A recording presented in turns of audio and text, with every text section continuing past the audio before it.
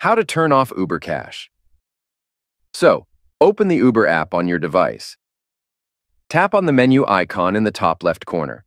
Select Wallet or Payment from the menu options. Locate the Uber Cash section within your payment methods. Tap on Uber Cash to manage this payment option. Look for an option to turn off or disable Uber Cash.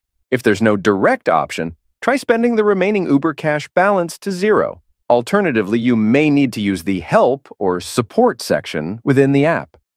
Search for topics related to Uber Cash or payment methods. Look for an article or FAQ that addresses turning off Uber Cash.